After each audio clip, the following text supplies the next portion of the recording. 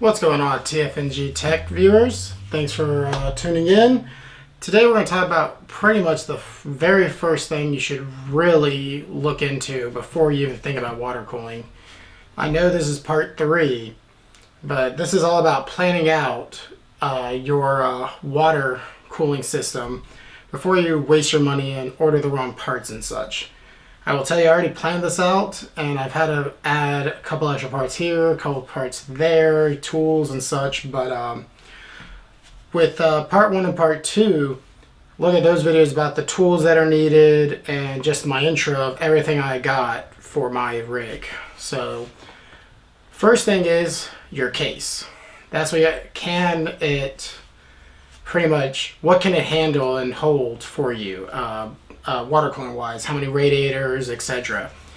Nowadays, it's a lot easier with computer cases that are really made for water cooling or the AOIs, etc. Unlike it used to be before, where you used to have to hack it up and everything to be able to fit your stuff. You know, you had a couple on the back right here, two holes here with some grommets that went out that you can do, go to the top with an external unit, things like that. But now, without having drive bays really in there, taking up space, for the CD, DVD drive, floppy drives. If any of you all remember those days, I know I feel old when someone asks me what a floppy drive is, but it is what it is. So for this, I'll show you just some things I had to worry about with my case. The first thing is the front has 3 fans. The top has 2 fans, and the back can have 1 fan. But at the bottom also I can fit 2 fans, okay? If I wanted to. Now, with this particular case, this is the Corsair 680X Crystal Edition because it has the tempered glass, the glass doors over there, but the front is, glass. That's why they call it the Crystal Edition. And you need to verify what size you can fit. So these can fit 120, 140 millimeter fans each. So this can hold 3 of each of those sizes, equaling to 360 or 420. Up here, it will be 240 to 280, and the bottom will be 240, 280, and then the back also is a 120 or 140 if I wanted to add like a radiator. Like right now, there is a radiator right here due to my Hydro Cool 1080, GTX 1080. I never owned the AOI style GPUs, and I'm happy with it. It cools very well, but I hate all the tubes right here. That's why I'm going Hardline also. But go to your manufacturer, whoever is your case, Corsair, Thermaltake, who else is there? I mean, Asus makes them. I mean, a little bit of everybody makes them. But go to their site, look at your case, and look at what it states it can hold. You have Fantech and Fractal Design. They will show you pictures of what radiator size you can fit. And then it'll also tell you your max length of your GPU. Now, I'll tell you, with Corsair, this particular case, they say it can have up to 330 millimeter length GPU, but I had a Gigabyte, 3080 overclocked edition in here, that's 320 millimeter, and it was right up against this, the fan. So I'm guessing they're saying, oh, you can fit it, but you have to take a front fan out, which that's kind of ridiculous. So that's where you need to look at first, what radiator sizes you can fit. And then figure out if you want to water cool your CPU and your GPU, and such. And then look at what the requirements are for that. You need to plan out if you're going hardline, like I'm going with this one, or are you going soft tubing, because that changes what kind of fittings you need. That changes the tools you need. With soft tubing, it's much easier. You just need go to Home Depot and get a PVC cutter. It's like 10, you're not going to spend more than 20 bucks on those, okay? My pipe cutters are 15 bucks each and such like that for the hardline, which I can't use, hence why I had to buy the saw and other extra tools for it. But the other thing is, do you want it to be vertical mount, the GPU, where my case is pre-built like that. They do have adapters and everything. My buddy's actually buying one from EK to change his layout to make his GPU vertical mount. And I'll show you how easy it is with mine. Let's just see, because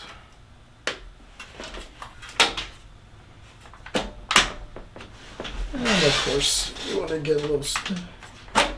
So for me, all I gotta do is I've already taken the input-output slots covers out, but all you have to do for this, and let's see if I can do it without. So, see, that's how I'll be doing my new water cooling build, which then requires you, and I'll reach over here, you have to get a PCIe Express extender cable.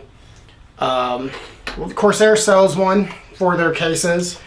You're gonna have to figure out the lengths. You have to, I mean, I can't tell you because there's so many cases what yours is going to require, but this is I think this was 300 mil. This is like a 290 or 270 millimeter, and it does work just fine. I tested it out. I want to make sure that it worked when I received it, but you need to see. I know that Corsair sells a 300 millimeter length one for their cases, and I think that just is because of overall their cases. They want to make sure they wanted one size that was going to fit all pretty much, but the 270 millimeter does do fine.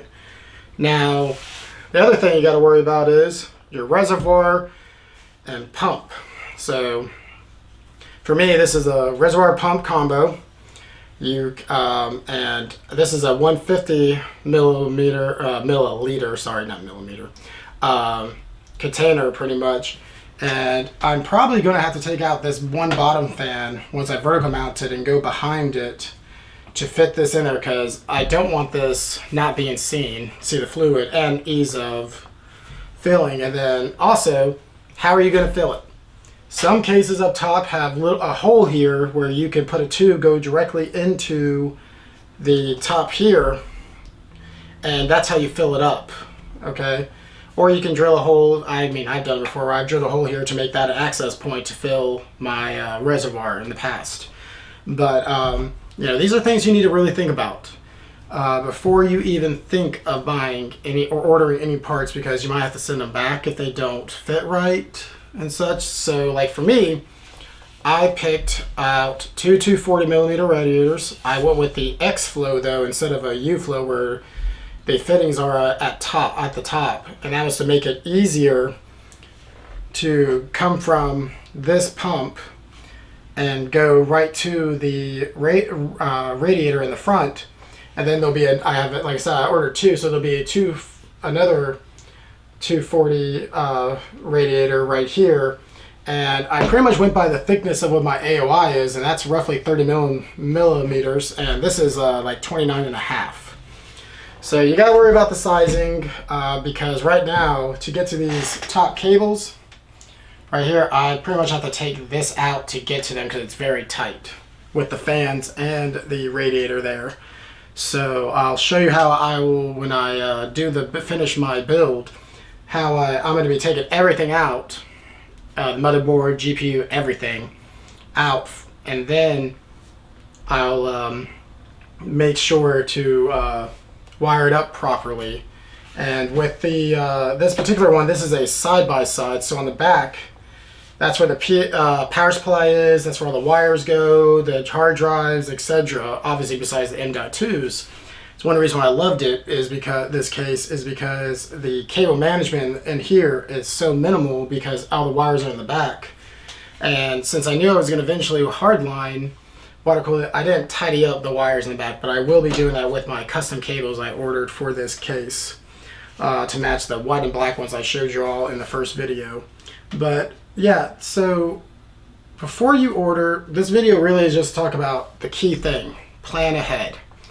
Are you going with the water pump reservoir combo? Are you going to have an external pump hooked up to a reservoir, standalone reservoir, which is how it used to be? The pump and reservoir combo is really still I mean, it's probably about 5 to 6 years it's really become popular, but before that, when I first started in this, that really was an option. The best one was the reservoir took up one of your CD DVD drive, the 5.25 drive bays, and it went in there, and you had a hose going off that to the pump and going off, and that made it just a little sleeker looking, easier to manage.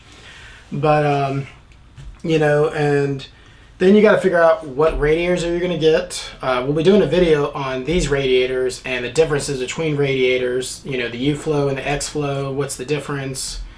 I call them U-flow and X-flow because that's some they call it directional or bidirectional, etc. But we're going to go over in detail with that and what fans you want. Are your current fans in your case good enough? I have the Lee & Lee Uni fans, which I love, and they're really good fans, and I'll be sticking with those, and I'll explain why with this radiator they're going to work fine over having a static fan. So like I said, that'll be in the next video going over that. But like I said, let's go back to, before I forget, filling up your reservoir. I set of the tools to get one of these little fill bottle I got from EK, which depending on where, you need to figure out where are you going to be able to put your reservoir and how hard is it going to fill up, because over time, it dissipates and everything. It's going to get lower, and you'll need to top it off in general before, not just filling it up. But this right here will, just because of this tube right here, I'll be able to easily go right here, fill it up, squeeze the bottle, and no issues. So, and that's what I'm trying to work out. But also, when you're putting your reservoir or reservoir pump combo, you need it as low as you can of the radiators and such like that, because physics, physics is actually a really great thing to learn, but it will help flow, be able to drain the system, because you got to drain the system 6 months to every year, depending on your fluid, and you need to look at your manufacturer for that information on that particular coolant you use. But every year, it's usually at most every year you need to change out your fluid. So you want to make it as easy as possible, and hence why I said as a tool, the drain ball valve is a major tool, because I had done systems without a drain, and it's a pain. You worry about leaks, you worry about taking apart things, getting something wet, and then turning it on, thinking it's dry, and you can fry your machine. But that's really it. I'm just telling you right now, whatever case you're looking at buying, or what case you have now for water cooling, you really need to go look at the manufacturer's instructions on what it can handle and what they suggest max sizes and such like that for your system. But yep, that seems about it. If I missed anything, please put in the comments, and like and subscribe. Everything helps, and I will see you all next time, and have a good night.